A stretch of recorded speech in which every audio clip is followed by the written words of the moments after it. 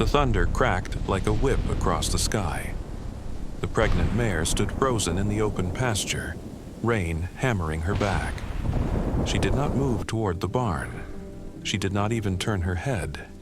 Her belly tightened hard, another contraction ripping through her, and still she planted her hooves as if the earth itself held her there. Jake saw her from the ridge, flashlight beams slicing through the downpour. He'd come out to secure the gates when the storm exploded. Now, the nearest road was already flooding, phone signal gone, and his mare, the one he'd raised from a yearling, was out here alone, refusing to follow him to safety. If help didn't reach them soon, neither she nor the foal would see morning. He slid down the muddy slope, boots slipping, calling her name low and steady. "Easy, girl, come on." She pinned her ears flat. Another contraction rolled through her and she grunted, legs trembling, but she would not take a single step, and the wind screamed louder. A branch snapped off somewhere in the dark and crashed behind them.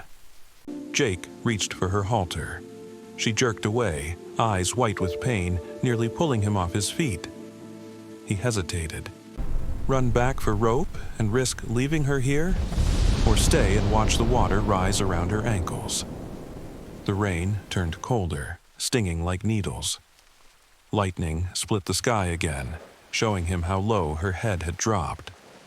She was weakening fast. He tried once more, shoulder against her flank, pushing gently.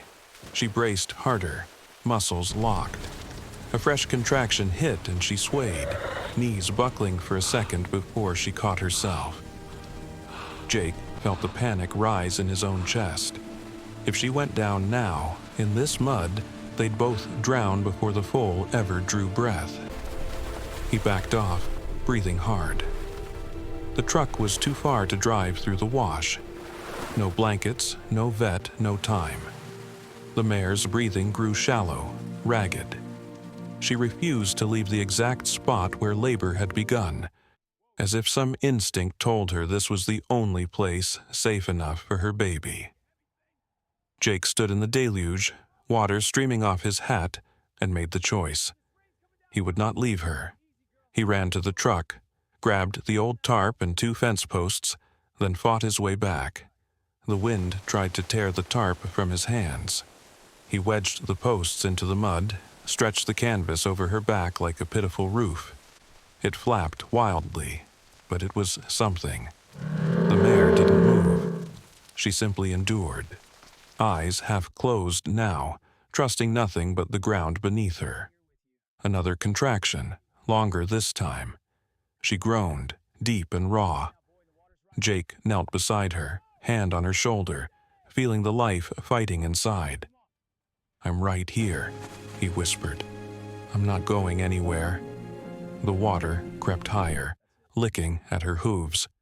Lightning struck the ridge behind them, thunder so close it rattled his teeth. He thought of the foal, trapped, maybe twisted, and the question burned in his mind.